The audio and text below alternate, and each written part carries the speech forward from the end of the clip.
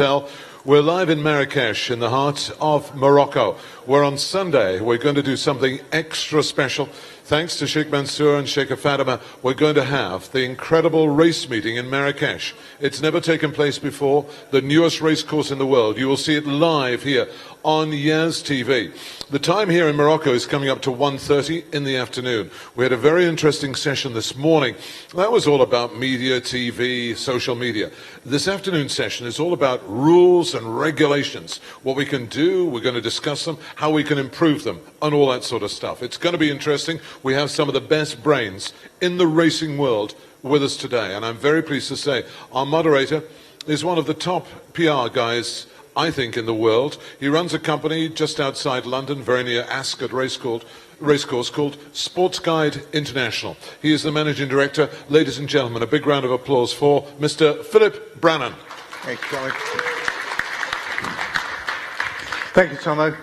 Your Excellencies, Lara, ladies and gentlemen, it's a privilege to be invited to take part in this important event under the directive of His Highness Sheikh Mansoor and Her Highness Sheikh Fatima bin Mubarak. We've had some fascinating sessions so far, and I hope this afternoon's will be equally as informative. If I'm sitting a little uncomfortably, by the way, it is because yesterday I was persuaded for the first time to ride a camel. So thank you, Marrakesh. But in all seriousness, thank you to Morocco for being such a fabulous host this week. We're having a terrific time. This is a subject that we've debated in the past. It usually provides lively debate, not least because it raises some fascinating and important questions, like, for example, globalization. Should we be aiming for it, or should we be, in fact, celebrating the differences that make international racing what it is? What are the challenges that face countries hosting global series like the Sheikh Mansour Festival, when riders and trainers are coming from countries with different rules? And this week we've heard that the International Federation of Horse Racing Academies is to set its own conditions relating to amateurs and apprentices. And we could ask later on what influence a sponsor and a promoter can have on race conditions in order to improve the sport. If we can get through half of those questions in an hour and a half, we'll have done very, very well. But we've got an expert panel to help us. They are Neil Abrahams, who is head of racing at Emirates Equestrian Federation and also the handicapper for the ERA. Yves Plantin, the man who wrote the rule book and one of the founders of IFA. Nellie Philpott, widely credited with reintroducing Arabian racing to Belgium. Susan Mayer from the US, and Zayed Al-Mazouki, who's going to tell us about an executive board member of IFRA, and who's going to tell us about sports arbitration. Susan Mayer from the US. Hechem Debar, who is head of racing, director of racing here in Morocco, and Ian Patterson, who has held administrative and officiating capacities, roles in many territories, and is now running racing in Cyprus. So those are our panel, who are going to help us answer some of the sport's trickier questions this afternoon. And we'll start by inviting each of our panelists, and I'll start with Neil. Just tell us a little bit more about your role and who makes the rules in your country and who's responsible for making sure that they are carried out and fulfilled. Great, thank you. The Emirates Racing Authority, who are located in Dubai at Meydan Racecourse, are the governing body for rules and regs in the UAE. They basically run racing.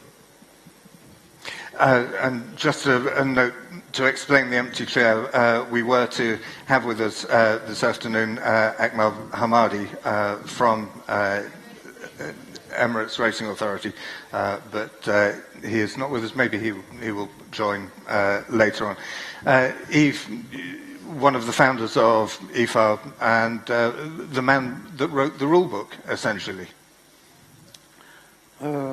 What was the question? I cannot hear you. Tell us a little bit about the formulation of the rules in the early days. Well, in the early days, the purpose was to stick very close to the thoroughbred anyway, because the thoroughbred had done very well for many centuries, so why should we change? And that was very good. Nelly, in Belgium? Well, we are in the same situation that we, to be accepted as official races, we have to follow the Thoroughbred rules, and why shouldn't we not? It has proven itself for years.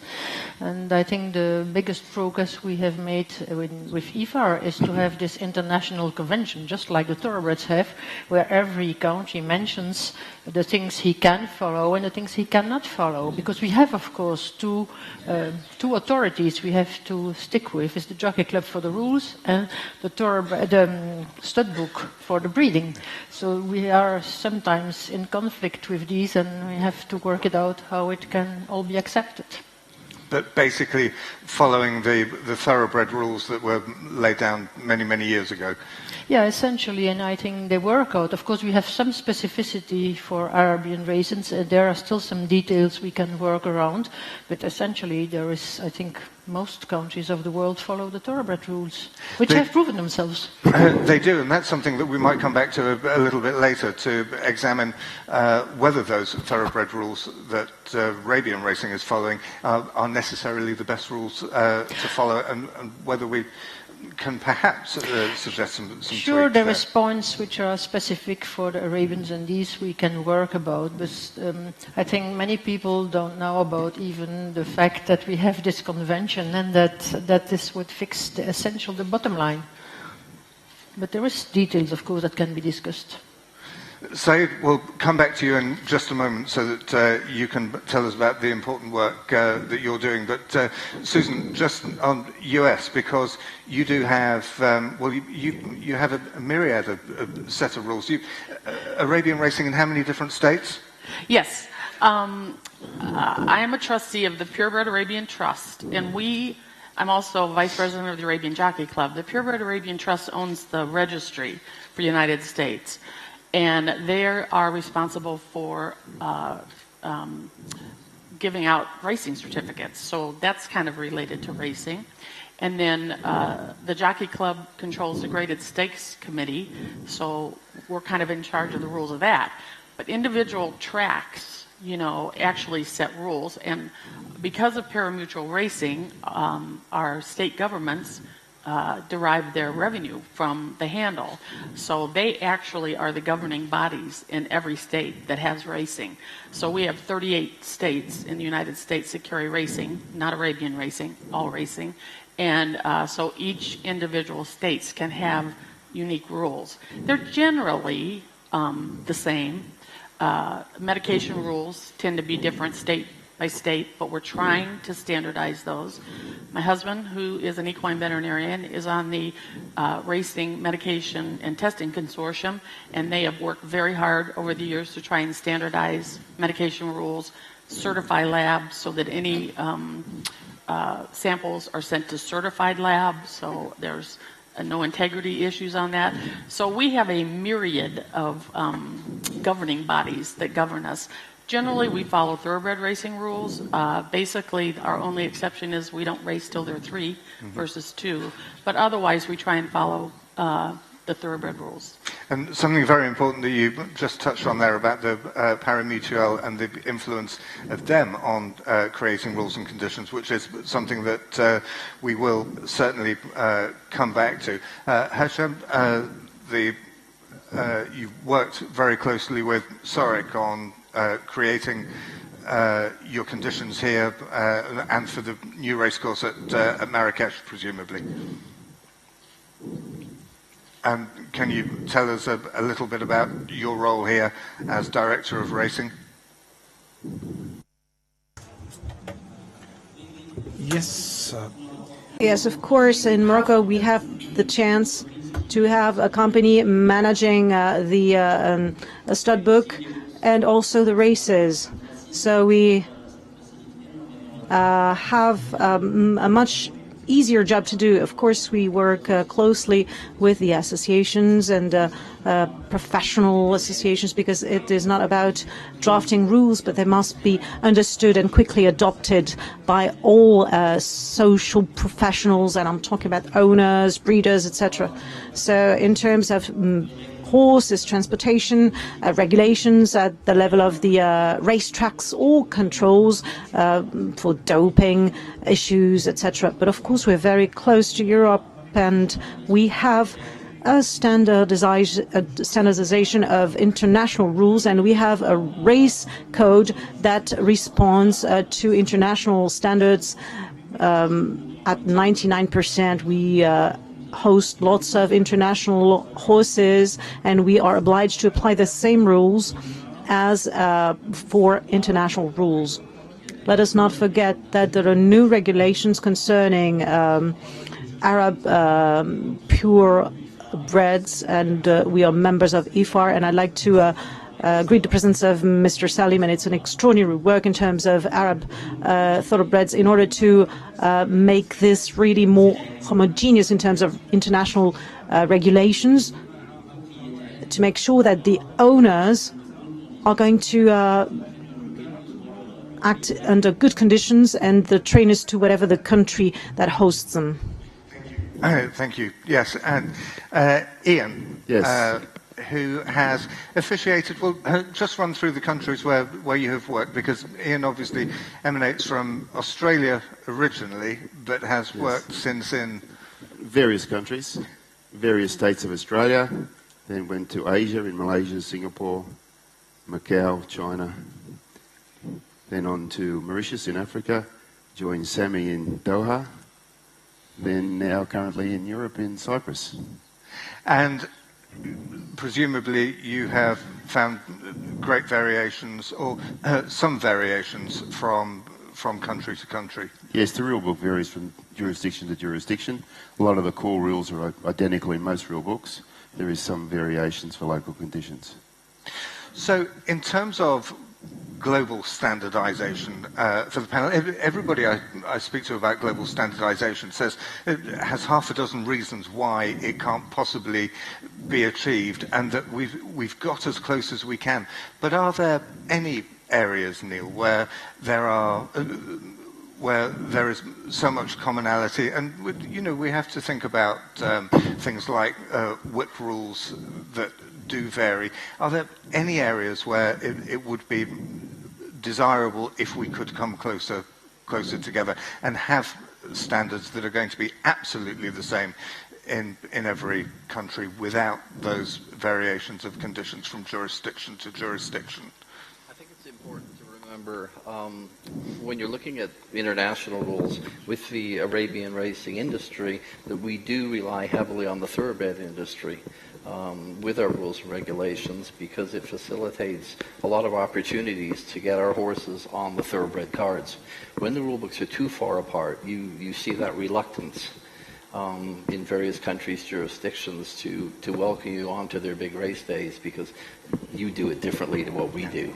So, as Sammy's pointed out a number of times, we need to remember that when we want to get on our big days internationally, that we need to be very closely aligned and present as few problems as we can to the host country. That's very important, though, because you do it differently to how we do, and we appear to be trying to come as close to being almost accepted by thoroughbred racing. And I just wonder whether Susan might tell us in a little moment or two how maybe we should be celebrating some of those differences rather than trying to align too much. But just before we do that, Zayed, could you tell us a little bit about the work that you are doing, Director of Abu Dhabi Government Judicial Department Sports Court, and also an executive member of the International Federation of Arabian Horse Racing Academies. Jurisdiction, rules, judicial, that all comes down to you.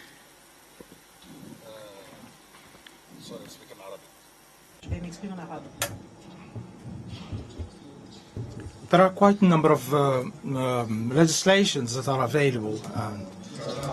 We have laws really that are used in the courts, and particularly also we have publications.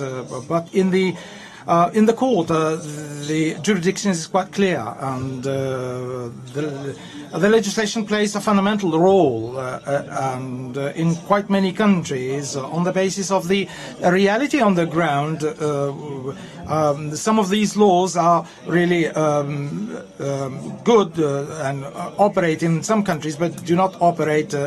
Fortunately, we are lucky to cope with a number of cases, and so in general the laws differ from one country to another, and so but we are hoping that really that some courses and races really there are quite a number of problems that have confronted these races, and so we in the court of Abu Dhabi, and so there is a slide, and we have developed a plan, an action plan, really that is quite clear to everybody, on the basis of that we solve all the problems relating to the weaknesses and try to upgrade them, and then we provide training targeting the community of trainers, and so we so that they at least with the support of Sheikh Mansour's really Sheikh Mansour provided quite a lot of support to us in recent years, and so we really we were helped by a number of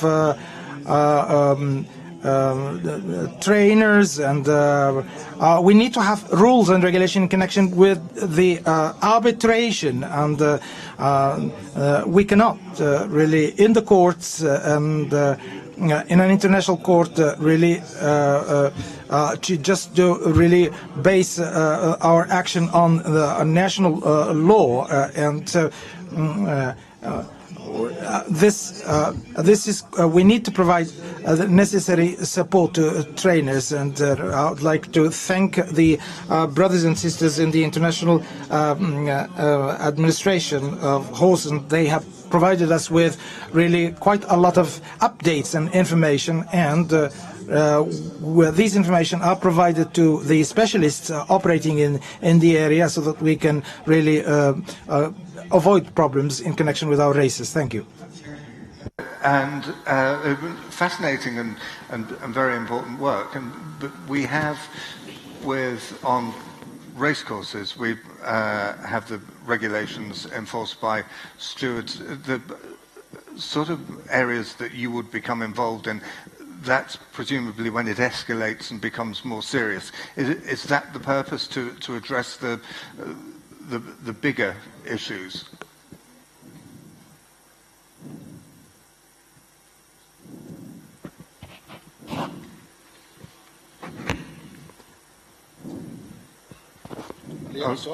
Are we not getting the translation there? We'll come back to that. We'll come back to that because I'd like to go back to the formulation of the rules in the first place, with Yves and Neil saying how important it is for the Arabian rules to follow the Thoroughbred rules, because it helps. That helps us to promote the Arabian racing, because it helps us to get the races on Thoroughbred cards.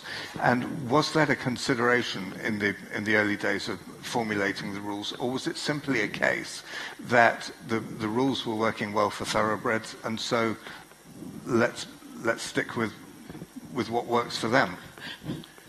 Well, the problem is, in France we always followed the Thoroughbred rules, because we use the jockeys, we use the same trainers, the same tracks, so there was exactly no difference. But of course, each time we go to foreign country, we realize that the situation can be different. Like, for instance, in UK, like 25 years ago, that was totally different. They had to amateur trainer, amateur jockeys, and well, of course, that would make us laugh sometimes. Nowadays, the situation is totally different. And I think professional people are taking over everywhere. And this is much better for the horses as well and for the audience. And racing, Arabian racing, more professional all over the world. Nelly, you are a big supporter, I know, of the way that things work at the moment with the IFA rules and all the countries subscribing to those countries that do. As far as you're concerned, things work quite well in terms of standardization. Yeah, I think, well, as far as Europe is concerned, we all go after Jockey Club rules and we are controlled. The Jockey Club is the police of our races, so we have to stick to it. And I think the Jockey Clubs have an understanding for the specific Arabian problems, like there has been some pedigree issues, and then we have to take account of the WAHO and of our registry and so. But Jockey Clubs have an understanding for that if you explain them properly. So that doesn't really come in the rules. It comes eventually in the conditions of each race. But as far as rules is concerned, well, we have difference, like a whip use in France, in Belgium, in Germany is different. But it's a small thing to tell the jockeys, listen, now you're riding in Germany, and that's how it is here. I think there is little chance we can change, make the Jockey Club, the directorium, change their rules about that. So I think that the rules we can discuss, which are still open for discussions, are those really specific things as we have for Arab racing, which the thoroughbreds don't even understand that we have a problem with it. And education as well, which is something that has been a common theme about educating jockeys when they move from country to country, and which can be hard. Well, most frequent movement of jockeys is between countries like Belgium and Holland. Yeah. They are used to it and they know it very well. The other occasion where there is lots of movement is, of course, the Sheikh Fatima races, which bring the jockeys far from home, and the rules might be very different. But then I think Sarah and Lara are doing a very good job in making the list of exactly what is specific for this country, and don't forget this and this. No, very important point about educating the jockeys as they move around. And that was something that we were going to come on to a little bit later, but I was just going to talk to Susan about standardization, because of course we talk about standardization globally. You have all those differences in the different states. Are there any particular elements that you think would be beneficial to reach some sort of international uniformity on? Well, from our perspective, I mean, I believe that the closer we stick to the thoroughbred rules, the more integrity we have in the thoroughbred world, which we have to live in, particularly in the United States. I mean, all of our tracks are on thoroughbred tracks. All of our races are on thoroughbred cards. We use the same track officials. We use the same jockeys. We use the same trainers. And I think we can have small differences, that are easily easily conveyed. But if we start getting too unique from the thoroughbreds, it discourages. Like a jockey doesn't want to make a mistake that he could get, called off on because he's doing something that he normally does on a thoroughbred that he's not allowed to do on a Arab. And the same is true with the trainer. So I think it is, from the U.S. perspective, it would be very difficult to have large or major differences in the in the rules from the thoroughbreds, and I think the closer that we can stick to thoroughbred rules, the more legitimacy we have. We look more professional.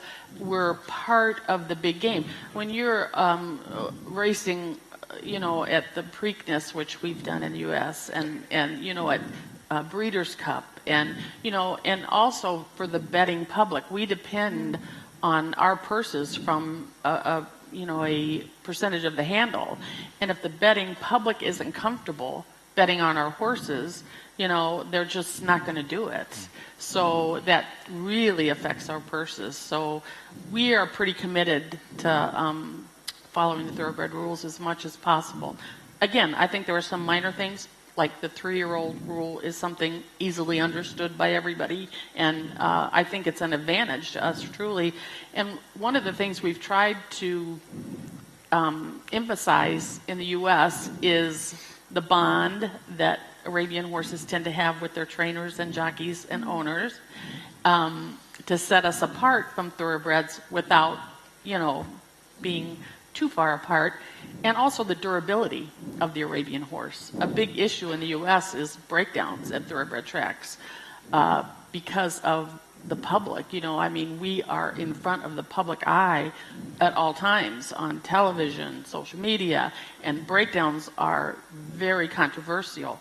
We don't have those in Arabians. And so it's a positive that we try to emphasize without saying anything negative about the thoroughbred, just emphasizing the durability and how safely Arabians race.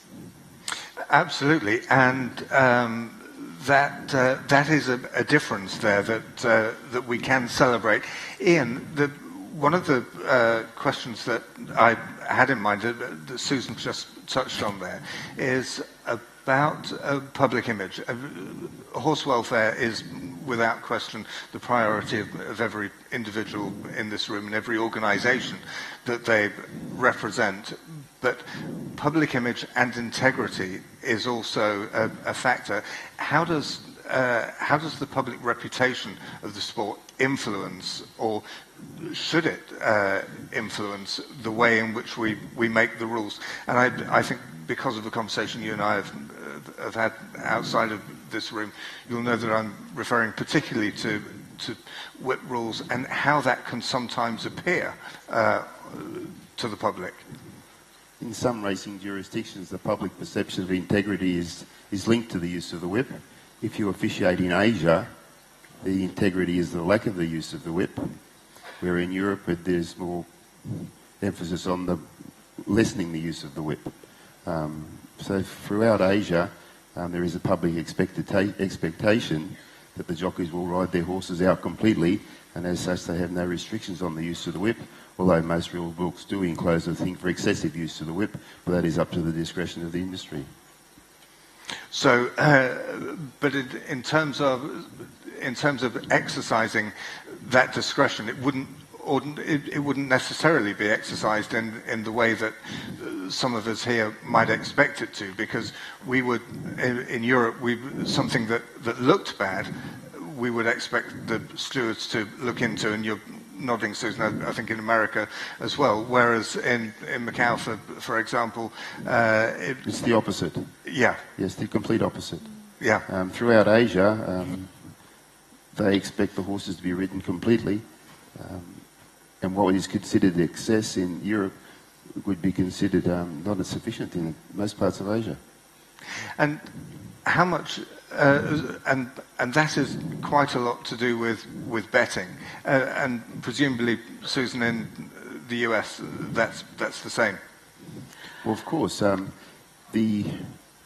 wherever you officiate, the committee normally arranges the rules, and the rules are such that it's structured around what they expect and how the stewards will police and govern the industry. And as such, they're loath to change the rules. They're very protective of their rule book. And through that, they feel they can generate a product which is acceptable to their audience, so they will continue to wager on it, which provides most of the funding. So in animal rights issue, I'm afraid, in Asia are not very high on the list. It's a fact of life. So they expect that, and there's some jurisdiction in Asia where they haven't even enforced the padded rule yet. And Susan, in the US? Every year, the animal rights issue gets more and more prominent in the U.S. And the thoroughbred people have had to address this, the excessive whipping. And one of the advantages, really, of Arabians is it doesn't really work very well on Arabians. They'll take that little encouragement, but if they feel you're overdoing it, they'll say, okay, well, I'll just quit. And so I also think as owners, you need to take responsibility for giving your trainer instructions on how you want your horse ridden. But again, to make it a hard and fast rule internationally, because of what Ian brought up, I don't think you can do that because it is different. But I think every country has to understand where they are in that animal rights, spectrum. And with everybody having iPhones and videoing things, and then they can be put on social media, they can be run through the, normal media in a very negative light. We've had some exposés in the United States on, video that's been taken secretly behind the scenes and stuff. And when it was all said and done, it caused a major investigation of a very prominent thoroughbred trainer. And when it was all said and done, he was exonerated, but the damage was already done because it was put in such a negative light that the general public, they don't hear the ending, they don't hear the resolution, they just hear the very, dramatic, they see that dramatic film and they hear the negative. So it's something that we have to be very aware of and constantly trying to understand that we are not all looked at through the same eyes. And so we have to be aware of how we present our horses to the general public.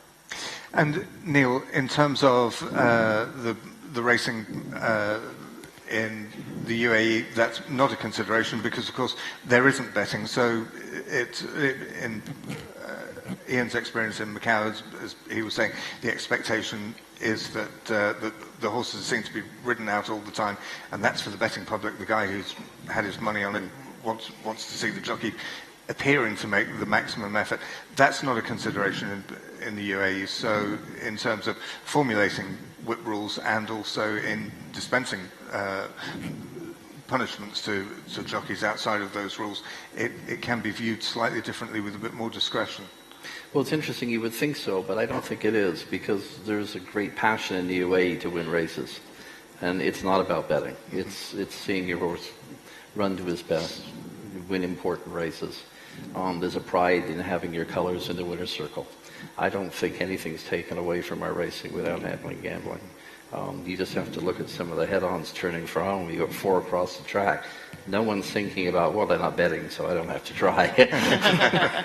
But no, I actually think the betting part with the riders in the race isn't that big a deal, or even exists.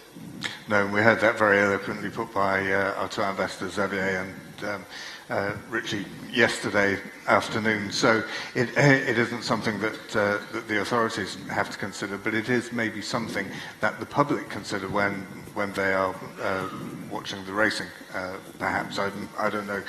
It is because racing happening internationally, of course racing is viewed internationally, and just because it's happening in one jurisdiction, it's being viewed all over the world through different eyes. One of the points that Susan just made about Arabians responding differently to that sort of encouragement, I wonder whether it poses a question whether there are any instances in which it might be beneficial to Arabian racing, to the promotion of Arabian racing, to be able to have different rules. Because if we can't globally educate everybody on how differently Arabians need to be ridden, which is perhaps one of the things that the industry could address, then are there any areas, Susan, do you think, where different rules might apply? In breeding, for example, there are things that are allowed in breeding. AI is allowed in breeding in Arabians, but not in thoroughbreds. Are there any areas where things perhaps would benefit from being allowed in Arabian racing, but not in thoroughbred? I was asking Susan. I think it would be wonderful, and this would be a great question for a jockey. In a Grade 1, high-stakes race, big purse, in the heat of the race, if it's a thoroughbred jockey, which all of our jockeys are, they ride in the highest level, thoroughbred races, and they ride in our races. Are they going to remember there's a different whip rule for Arabians?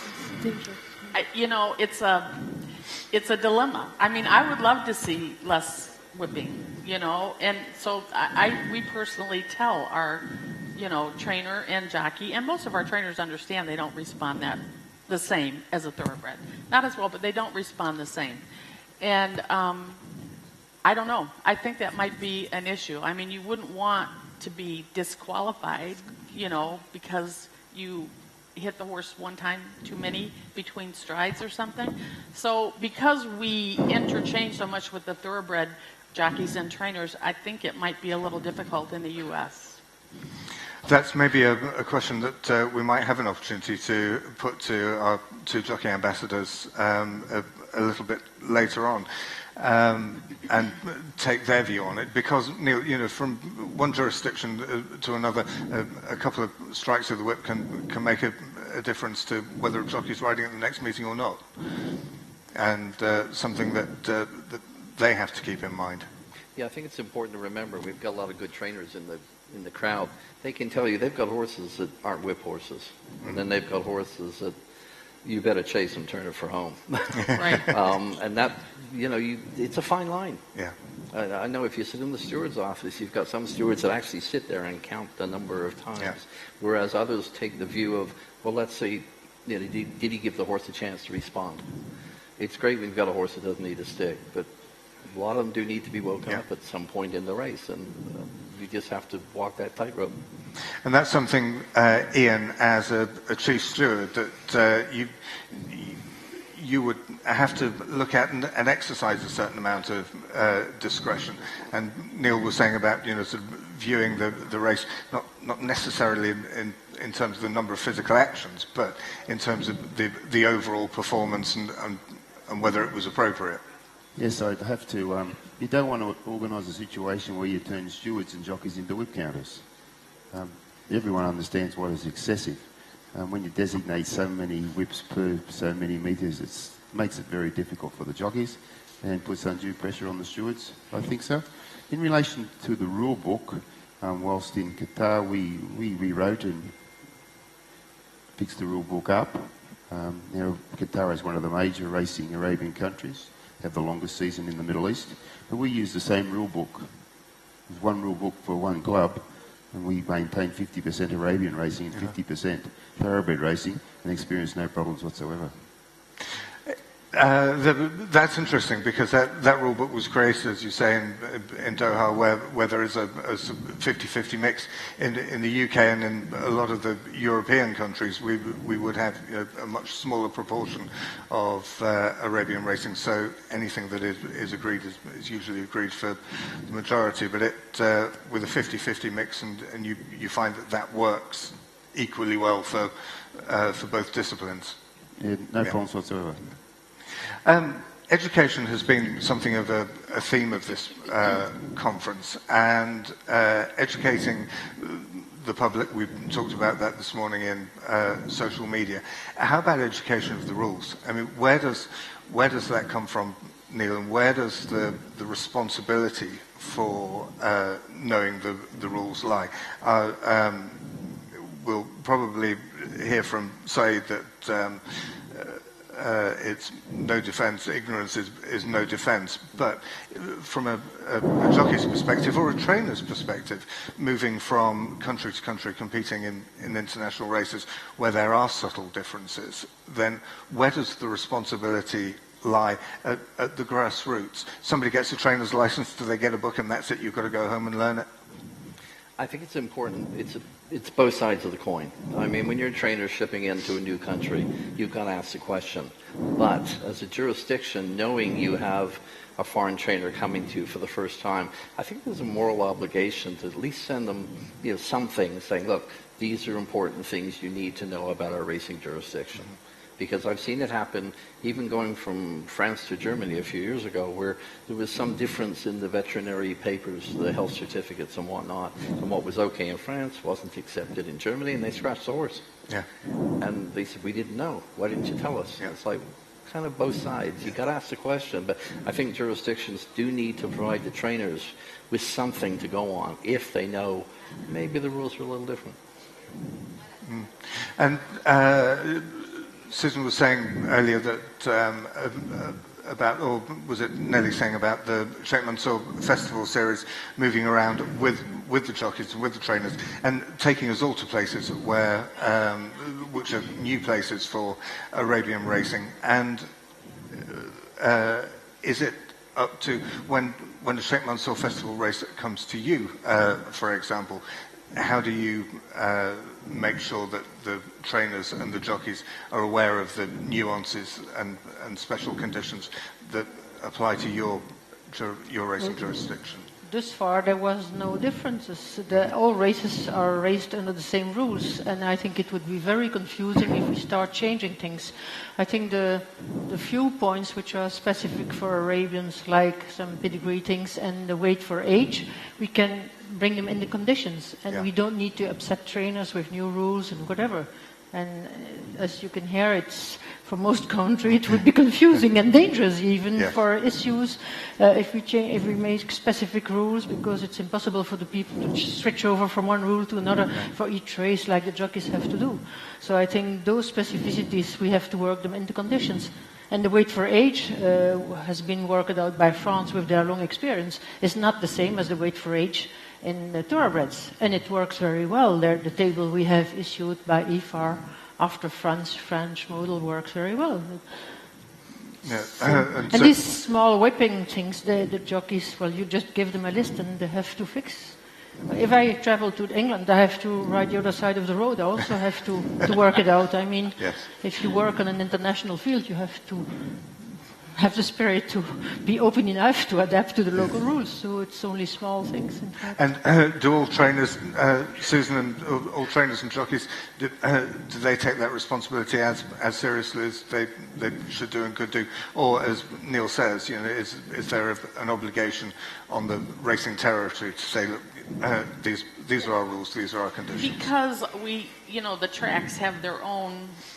And most of the rules are pretty standard across the U.S., but every track has some variations. But it's in the condition book, and there's not, it's not pages and pages and pages of rules. So they generally read the rules, and there's tables in there for the medication rules, because that tends to be the major differences from track to track. Our medication rules, withdrawal times, how far ahead you can give things. But they usually have a table in your condition book that tells you what the drug is, what the withdrawal time is, and they also tell you don't depend on that table because they don't want to be held liable. As you may know, we're very litigious in the United States, and we can sue at the drop of a hat. So there's always a disclaimer whenever we put something like that. But it gives you a good guideline so that you know that if you give it within this time frame, you're probably going to be in trouble. Yeah. So it's pretty clear in the condition book what rules they go to. And would you concur with that, Ian, and in the territories that you've worked in, where the obligation is sort of split equally between the racing authority and the visiting international trainers and jockeys to make sure that they're acquainted with the rules before they arrive and before those potentially litigious situations arise? Wherever I've officiated, that if someone new arrives in your area, whether it be a trainer or more than likely a new jockey, you bring them in to meet the stewards and you explain to them the lower local conditions which might be different to where they're coming from. Yeah. And with the two jockeys in front of you now, we've officiated together in various countries, Mauritius, Qatar, and that's the policy. And speaking to them, that wherever they've been, that's been the case. If they go somewhere new, they normally call in before the stewards and explain what is expected of them. So they're pre-warned before they have their first ride.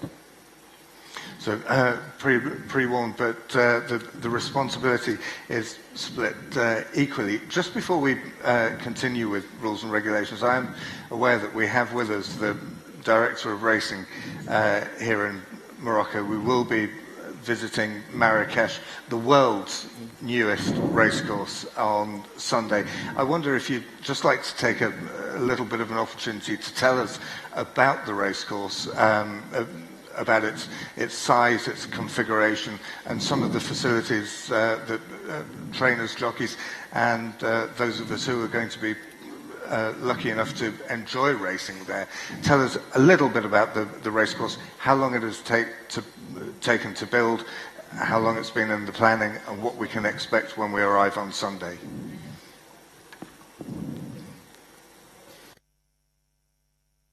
Yeah. So I'd like to have the maximum people visiting our racetrack on Sunday. I hope you will enjoy it. Super. That's very, very good. Okay, so this racetrack was built over a 2 years period. So the policy of the horse riding infrastructures in Morocco follows the policy of the localization of owners and breeders. This is not about building anywhere a racetrack with no owners or breeders nearby that could, have their horses participate in races. So 2 years ago, we realized that the area of Marrakesh had the potential to host a new racetrack. And another aspect was also the fact that there are lots of tourists in this city of Marrakesh, and lots of foreigners live here. They like to visit the city, and this is another opportunity that we could consider, because these are potential investors that might later work with our professionals present in the region. So we decided not to build an internationally sized racetrack at the outset. We built the first part of the structure. It's a track of 1,400 meters. It's a small track, but of course in function of the number of horses that will be present in the races, we can upgrade it and change its configuration to welcome a larger public. The example and the business model of Morocco is that all our subsidies come from horse bets. We don't receive any subventions, subsidies, or sponsoring on behalf of the state. So it's very important for us at the level of Sorek, because we do take care of the use of races, but we also support horses in general and the horse riding sector. So we need to bear in mind that we need support, but support that will make sure that we are on the right track and that we do not exceed the needs of those owners. We need to follow their needs and the needs of the breeders and people who are professional of the sector to work hand in hand. It's pointless to build a whole infrastructure, a huge thing that will remain empty and with no visitors. Absolutely. And in promoting it, how important is it to have the Sheikh Mansour Festival visiting not with one race but with 4 races on the opening day? How important is the support and the promotion that the racecourse will derive from being able to welcome Sheikh Mansour Festival?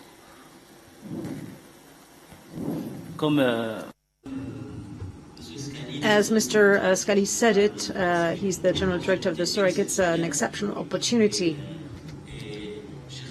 And Sheikh Mansour and Sheikh Lara, we would like to really thank them again for this opportunity that they're giving us, because Morocco is hosting this very important event, and Marrakesh is the host city of this festival. This is very important, so we can show and inaugurate this racetrack all together. And there were several factors that rooted us towards this direction, and the choice of the stud was also very important.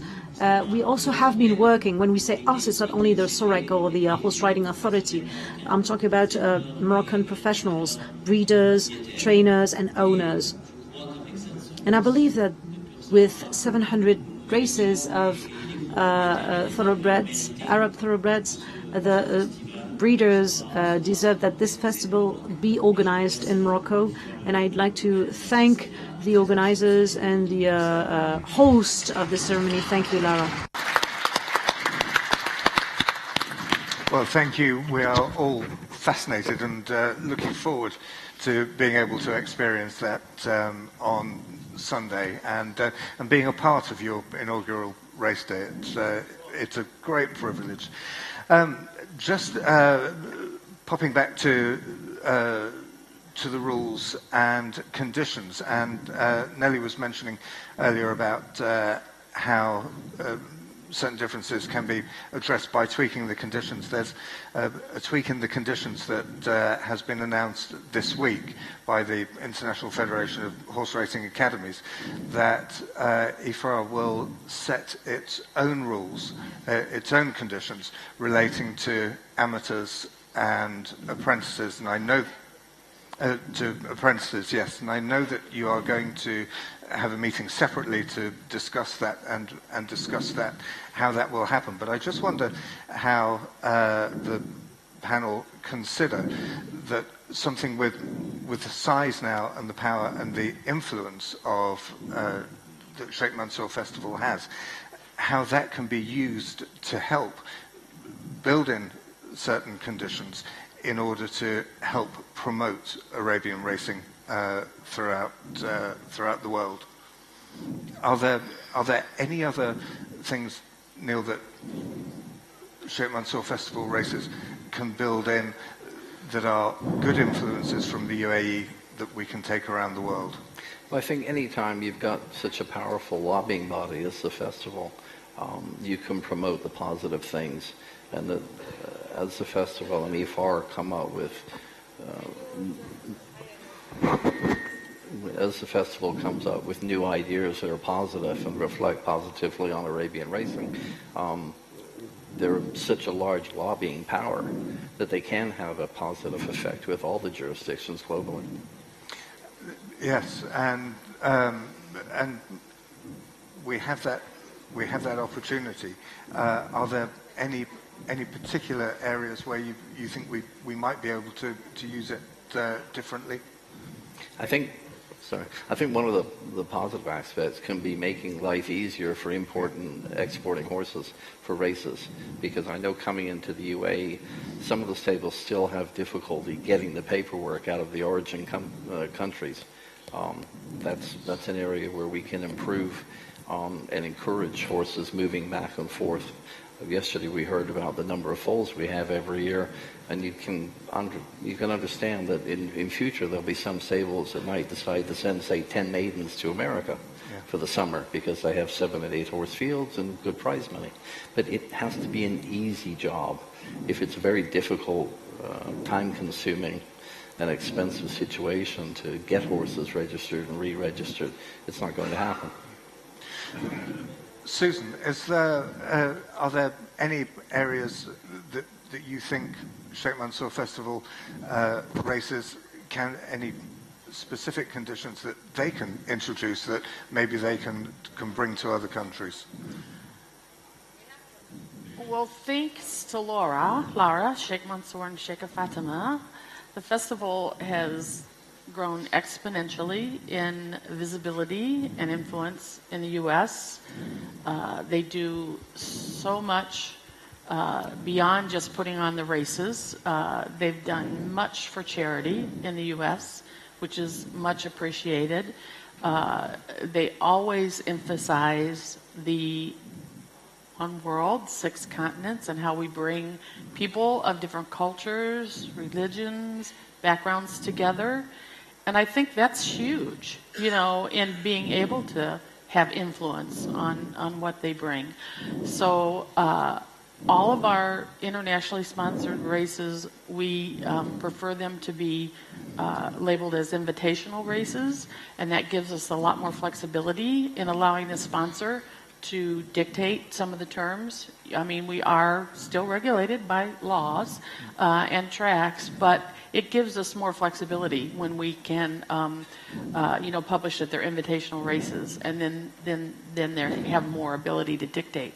So we are so appreciative to what they have brought to Arabian racing in the U.S. The visibility, and again, the more international political implications that they have brought. The visibility that they have brought to Arabians and to how horses bring people together is very, very unique, and is not done in thoroughbreds, not done really in any other breed. So no, there isn't anything in any other breed that mirrors the work that Sheikh Mansour Festival does. Ian, you'll have seen that around the world. What's your experience of the visibility of Sheikh Mansour Festival and the influence that it's had on the promotion and the education and understanding about Arabian racing? Yes, it's been very successful. But in relation to Lara's problem, which you spoke about on Wednesday, when you receive your invitation, Lara gives you the expectations of what you expect to send. And if Lara wants to put down some conditions, minimum number of wins, maximum number of wins, minimum riding weight, and if you have somebody in your organisation that ticks all the boxes, you can accept the invitation. If on this occasion you haven't got someone who ticks all the boxes or ticks most of the boxes, you decline the invitation, and the invitation will go to somebody else.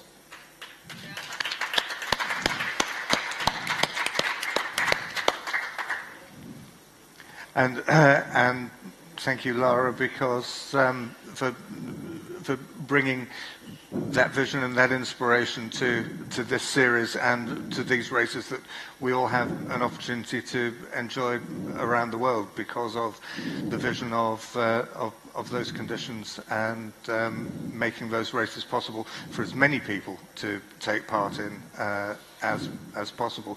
Before we move on and ask the audience for their participation, because I know there are 1-2 people in the audience who have some particular points that they would like to make. I'd just like to turn to Eve, if I may, because I know that there was something that you were particularly interested to talk about when we chatted earlier, about a rule that could possibly be different. Yeah, that's right. But first of all, on behalf of the AFAC, which is the French Organization for Arabian Racing, I would like to thank Sheikh Mansour and Sheikh Fatima for their support, which has been for a long time now. And even more than 20 years ago, we received support and sponsoring from the Emirates, from Abu Dhabi. And the first races we had in Chantilly were supported by Abu Dhabi, which is very important to remember. Now, about the specific rules, there is one which we have in France, for instance, is about embryo transfer. We don't allow 2 horses with the same mother and the same father in one race, in the same race, which is, I don't know if this rule, I think it's specific to us. We never talk about that in IFAR, although, of course, IFAR has been created mainly for harmonizing all the race rules in all the countries. And I think this has been achieved very well, mostly now that we have the Pattern and Rule Commission, which is working very well. And thanks to that, we have group races, which are in each country have the same conditions, and we can use them for black type in the catalog, just like in sale catalog, I mean, just like Thoroughbred. And that was a very good improvement, which has been done by IFAR. And this is what we're looking for the future, anyway. And for embryo transfer, as I said, we have that rule, which I don't know if it's if it's really necessary to develop that, because I just wanted to point that we accept that a stallion can have 50 offspring every year or more, but we are concerned if a brood mare has more than one offspring in the same year, so I think there is something a bit unbalanced if we want to make men and women equal. That's my point. Well, that's a great point to make for equality, and I'm sure we've got breeders and we've got vets and trainers in the audience, and I'm sure that some of those will want to comment on that. And I think we can now throw it open to the floor. I mean, we have here on the panel some of the most important people in the world for making and enforcing rules in Arabian racing. If you had any reason ever to question a rule, then now is the time to question the people that make and enforce them. Philip, sorry. Philip, hi. Sorry. Richard Mullin. I'd just like to go back to something Susan said earlier. No disrespect to your comments, but I completely disagree with what you said about the whip, as in thoroughbreds and Arabians. I've ridden many thoroughbreds that don't go for the whip. I've ridden many Arabians that don't go for the whip, and vice versa. I think the prime example of jockeys not knowing Arabians, Victor Espinosa, his first Arabian he rode, and it won. I think as a jockey, you know after one or two smacks of the whip if your horse is going to handle it. So, you know, without being disrespectful, as a jockey's point of view, I think they're very similar. Obviously, Arabians are a little bit more clever, I'd say, more intelligent than the thoroughbred, but as in racing goes, I think certainly, you know, they both have their quirks as in regards to the whip. On other comments, obviously, the standardization of rules, you're never going to do, I'm afraid. And as jockeys, we know there is a baseline, and the baseline comes mainly as a jockey is the safety aspect of racing. You know, we're all out there to do a job, but obviously, primarily, we're all to get back in one piece. We know when we're going out there, it's the careless, obviously careless riding rules near enough the same across the world. You know what manoeuvres you can and can't make. Obviously, France is very different in that if you make a manoeuvre, you're playing a very close card to losing the race and getting thrown out, which doesn't happen in all racing jurisdictions. I think, obviously, as regards to the whip, like Ian said, in Malaysia, and the Asian countries, if you're not hitting it 25 times, they want you in for not trying. I rode a winner in Holland this year, and the whip rule was 3.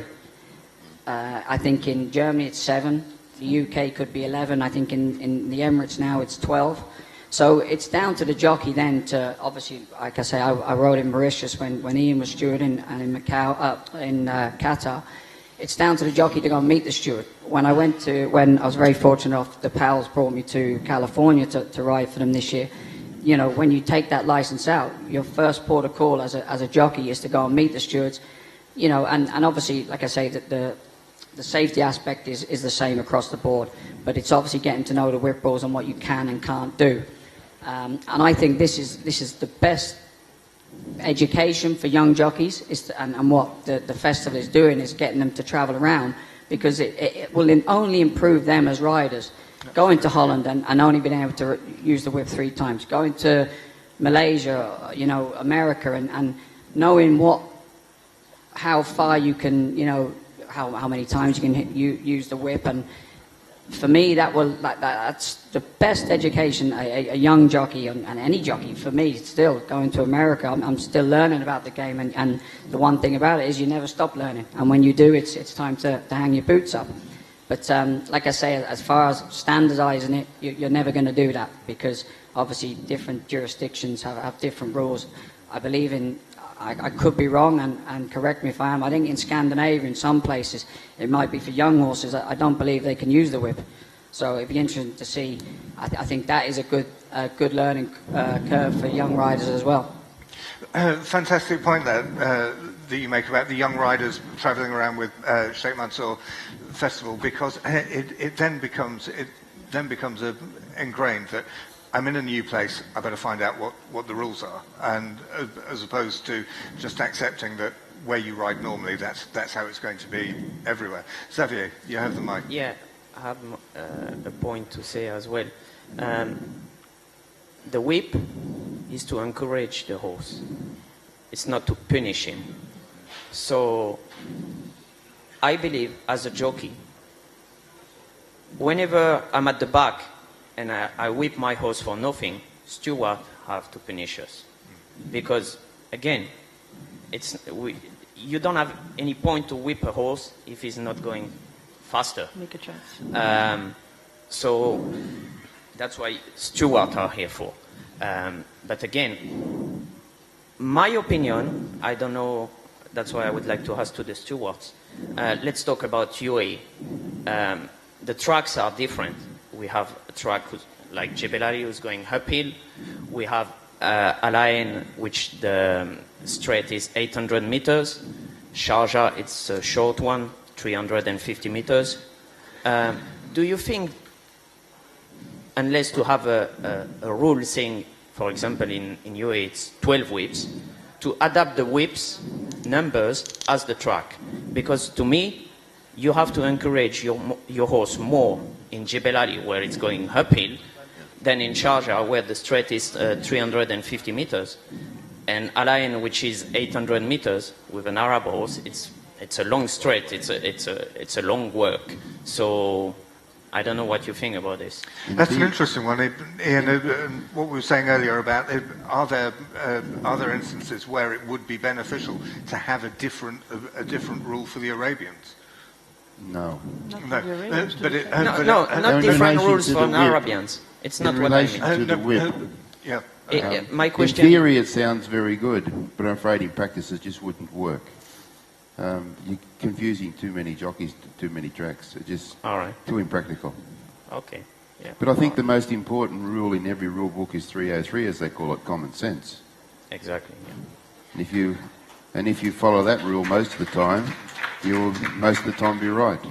Yeah, you're totally right. But like whenever we are on the finish, we don't account for how many whips we give. You know, like if you are battling for the winners. I agree with you. You know what I mean? Yeah. And if I pass the limit, fair enough. There is rules. I must be punished. So. Because like I can't stop riding because I reached already 12 and I got beat. The trainers they're gonna kill me. I had a story like this. Like it's not about the whip, but I went with one horse in Emirates by 2.5 lengths. Owner's happy. The week after, rode the same horse in the parade ring. He told me, Xavier, last week you went by 2.5 lengths and you stopped riding. My cousin, they watched the races. They were not happy. So. Keep riding till the end. I say, okay, but if I went by 10 lengths, the handicap would be different for your horse. Then you're going to get high rating and you're not going to win another race. So, you know what I mean? Again, it's what Mr. Abdallah says yesterday. It's an education. I think we all agree with you. Good point. Sir, you have the floor.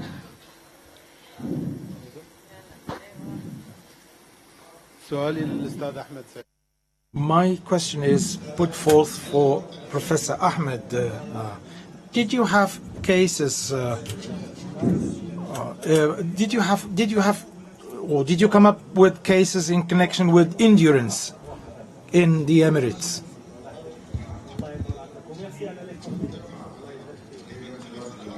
Well, 3 or 4 cases of endurance were really were put forth, and we, as in our capacity as a court, we are considering these cases. But we also resort to experts to provide us with information, so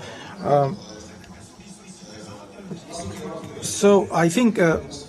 We get the information from the brothers and sisters who really, which are sent to the court of Abu Dhabi, and so we really we put there are people who did not really float the case to the appropriate jurisdiction, and so they sent this instead to civilian jurisdictions. And so we have a project underway that consists in establishing contact relations with bodies to find alternative solutions, really, rather than sending these cases to civilian courts, then it would be better to send it to the appropriate jurisdiction. So we drew inspirations from the international law and trying to find appropriate solutions, and this is in the form of amicable solution. This is all. CAS is the high jurisdiction in the Arab Emirates, so it suffers from the fact that there is a lack of an arbitration center available in the Emirates, and we are therefore contacted by the various people and various parties in connection with the problems that are posed on a daily basis. But we are lacking this type of arbitration center because it will make it possible to really collect all these cases and try to work towards finding appropriate solutions. And so we have centers existing in Saudi Arabia and Qatar, and this is a very current practice in many countries. Our jurisdiction is a supreme type of jurisdiction, but we need a middle-of-the-road body, particularly with the referees and with the creation of the Emirati Center, we can facilitate immensely the solution of this type of problem. People are not quite clear about the role played by the CAS. We reiterate once again our thanks, our appreciation to His Highness Sheikh Mansoor for the support, but this meeting is quite an important opportunity for us in order to disseminate information and make skills known. Many Emiratis don't know that there is a jurisdiction that is devoted to work on horses racing. Really, we took part in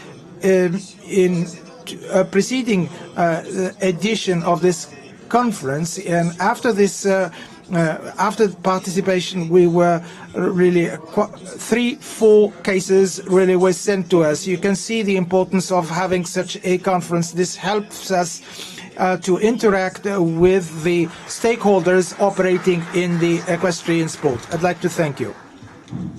Thank you. We have a gentleman here with a question. Good afternoon, Stefano Daneri. I have a question for Neil Arnold, but for most of the speakers as well, and maybe a message to Laras as well. With a view to selection and breeding, don't you feel that Arabian racing is missing a program of black-type races for mares only? Yeah, I'm actually in support of that. I come from a North American jurisdiction where we have quite a few filly and mare stakes. It's something I think the industry will grow into, and it's something that I've spoken with my lane boss, Faisal Al-Khamani, about having more filly and mare races and giving them the opportunity to have the black type races. We need to know who the better mares are. And in some cases, you have mares that just don't put out when they're running against the boys. We need to know who the best mares are, because those are the ones we want to breed to for the future. Thank you. Would you like to comment on that, Susan? Yeah, in the U.S., we generally, it's pretty equal. I mean, we have black type for mares, colts, and open, all three. Our numbers have shrunk, due to the economic downturn in the mid-2000s, and then partially because of the wonderful visibility that Sheikh Mansoor and the festival in Lara has brought on our horses. We have experienced a huge level of exportation of our horses. And so it's depleted our runners and our broodmares and our prospects. So we are way down in numbers now. So we will offer black type for fillies, but we are having more difficulty in filling those races because our numbers are down. Now our breeding is starting to go back up again. Again, large part to all the the wonderful sponsorships that we have over there. So that's helped our breeders, have something to look forward to. So it's pretty equal. If we have the horses, it's an equal number of races for mares and colts for black type. And as the breeding program continues, that may well increase. Who's got the microphone over here? Dr. Andrew Dalgleish. We were talking earlier on about, are there any specific conditions that Sheikh Mansour Festival can take with it, which Lara is doing, and I think Andrew had a comment to make on that. Thank you very much. I'm Andrew Dalgleish. I'm a veterinarian in Abu Dhabi, and I've been involved in flat racing there for a long time. And I acknowledge the festival, and I thank them for the support they've given me and inviting me to the conferences. It's just about the harmonisation of rules. One rule that, and the veterinary aspect, which I feel very strongly about, is the medication rule, or basically that Arabian racing there should be no medication. There's no medication in most countries. There's one country where there is quite a lot of, this isn't true. And I also wonder if the festival could perhaps take a lead by saying that the races that they sponsor one of the conditions is to be free of medication for the horses. Thank you.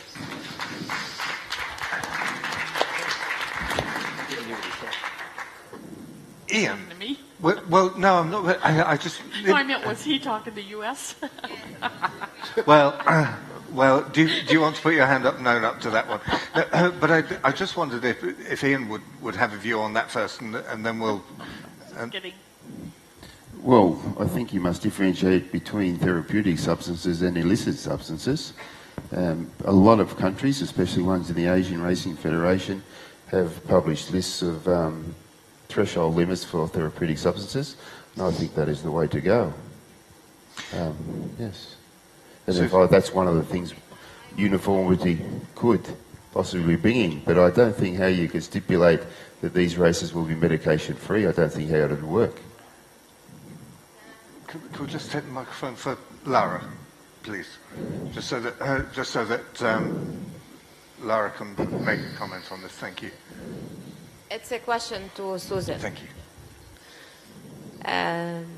We've been hearing yesterday a lot about Lasix. And he said something, Andrew, related to medications and rules. Before the festival can take any action or ask the country that we ride in, after knowing every rule in each country, what are the medicines that are prohibited and what are the ones that are okay with it? The only one which is prohibited, there are two medicines. This is the Lasix, which is commonly used in the US. But yesterday Simon was very happy that he's saying that we are against it and we're working on it to take it off. As well as, I think it's the betin. There's another kind of medicine too. The only medication in the U.S. you can use on race day is Lasix. Bute has to be a minimum of 24 hours ahead. Okay. And they're working right now through the Racing Medication and Testing Consortium to change that to 48 hours ahead. Okay. So right now, the only thing that you can race on race day is Lasix. Okay. One more question to you. Sure. If you want to try to start helping trainers to avoid Lasix, and if we as a festival of Sheikh Mansour on Sheikh Zayed Cup only because it's a big cup and it has a triple jewel, if we come and implement this rule that we will not accept any horse that has Lasix, that they cannot use Lasix in our races, like we prohibited one of the horses not to run in our races. Also, you know about one breed. I will not mention it, but you know about it.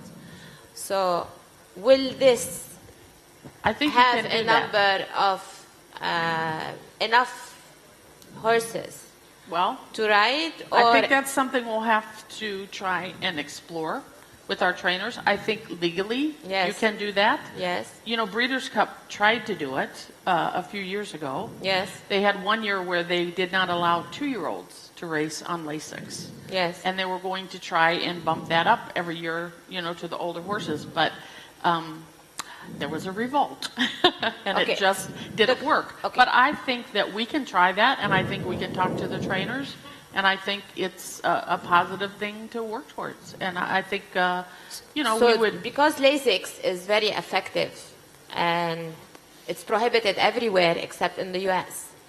Because the festival is one world, 6 continents, we really have to work together worldwide, internationally, on how to make things better for all of us. So I think we would have enough horses to ride in our race, and we will not be scared not to have horses because they all use Lasix. And I'm sure there's lots of horses and great horses that do not use Lasix at all. So with this, I can understand from you that it will not affect, it can be a solution of not having Lasix. I would ask Simon, is he in the place? Simon?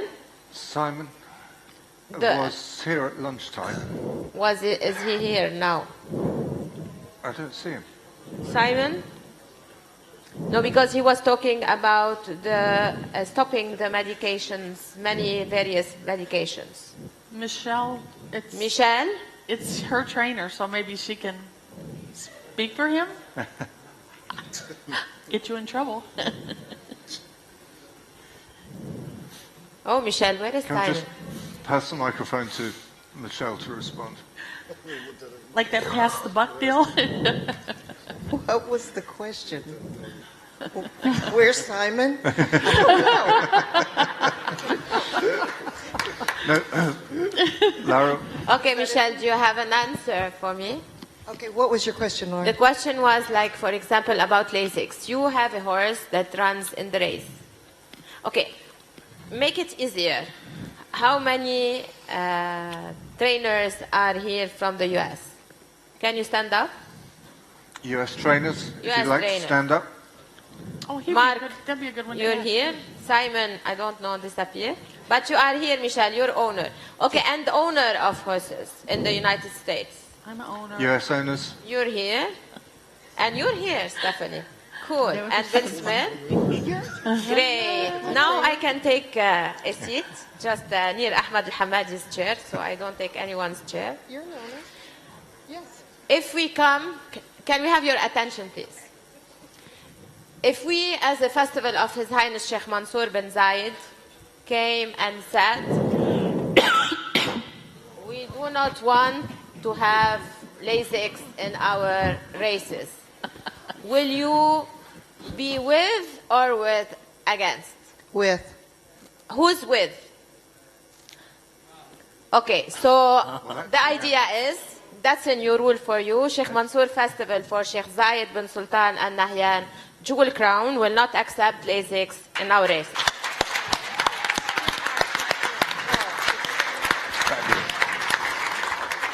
Laura.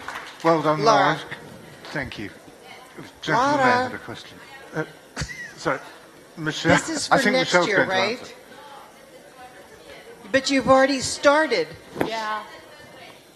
Oh, that might be a problem because you've already won, because you have run one race under a different condition than the next in that series.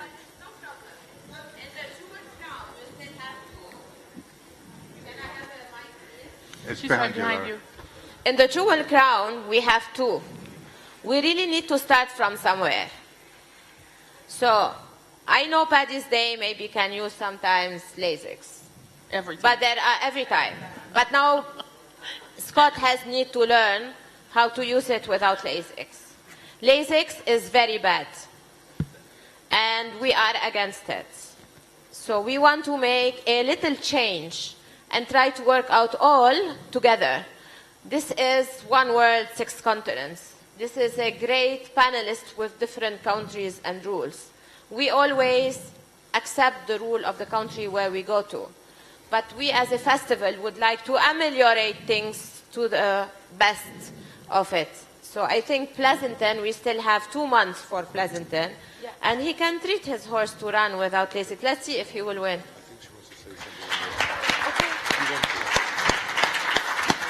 Well, detail clearly can be sorted out, but that's a really important principle. Can I just check legally if, since one race of this series has already been run under different conditions?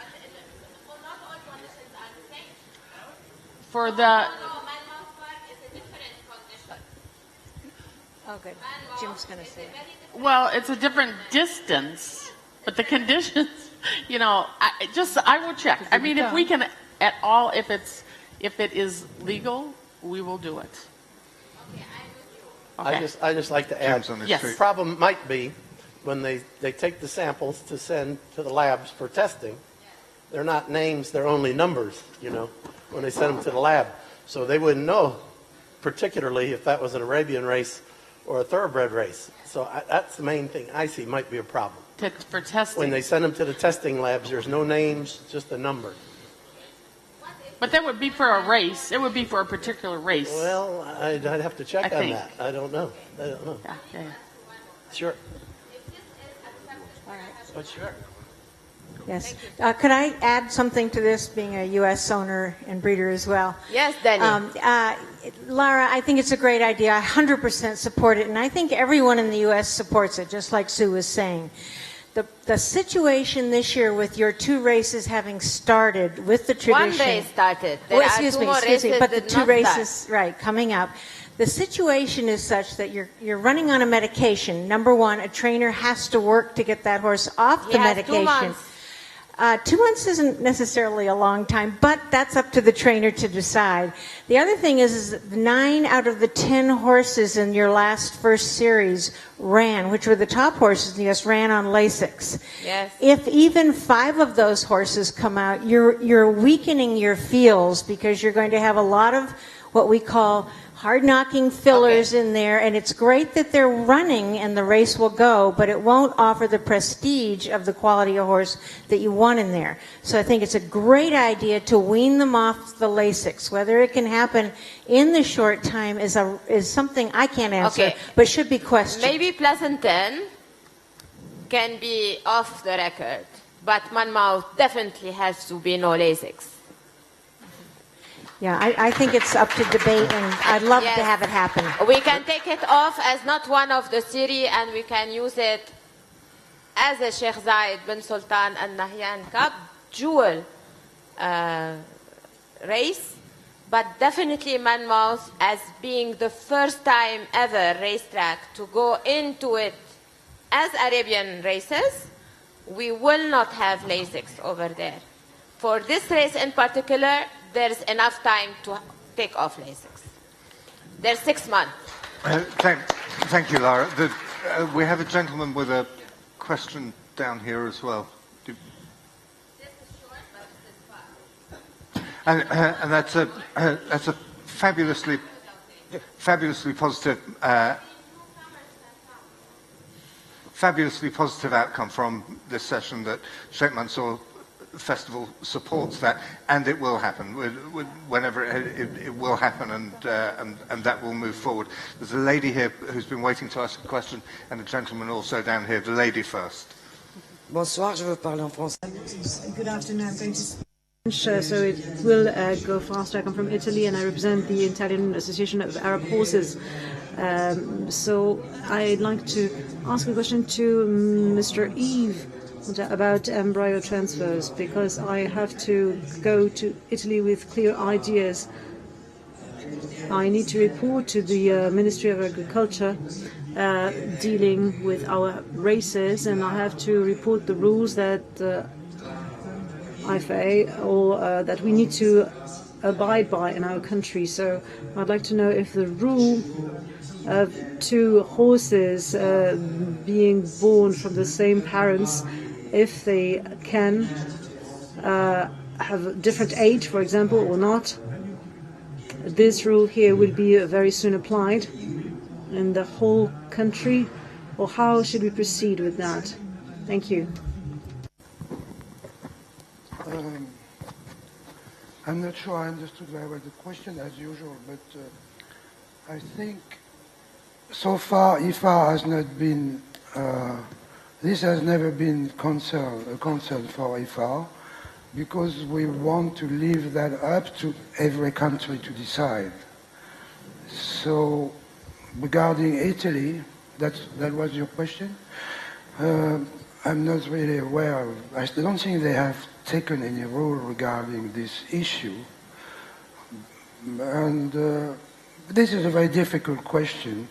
We've been dealing with that for many years, because already, for instance, in the US, this was allowed for many, many years, and it's been done also in Middle East, in the Emirates, in Qatar, and it comes to a point where we cannot make a rule that would be going backwards, you know, and it's, I'm afraid it's a very difficult issue. I don't know if we will ever solve it. I'm afraid. Thank you. Thank you, Eve. I hope that answers the question. Maybe there will be an opportunity to chat afterwards, because we are running very, very close to time. We do have time for one more question from this gentleman here who's been waiting quite a while. Assalamu alaikum wa rahmatullahi wa barakatuh.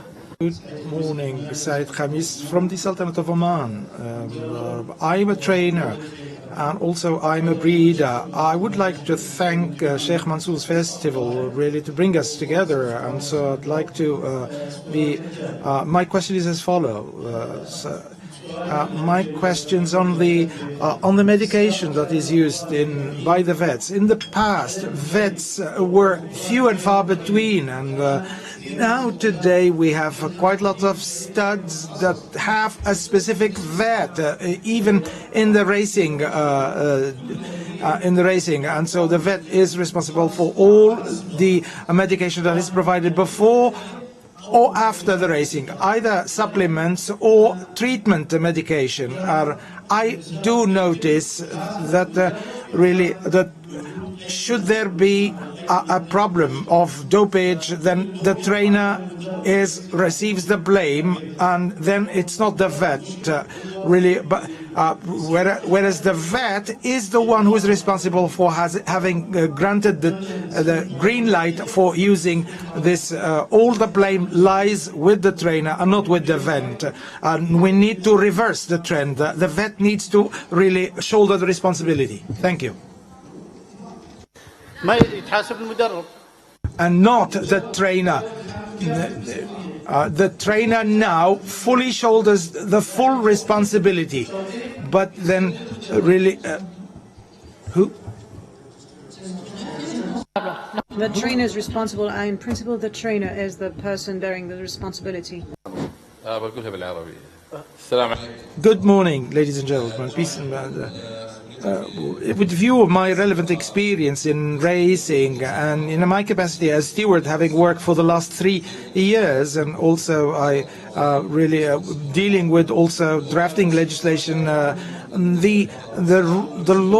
law does not punish the trainer, but if it is proven that then the vet or any other person is responsible for having really provided the horse with medication, then he's really fairly and squarely the responsible. But then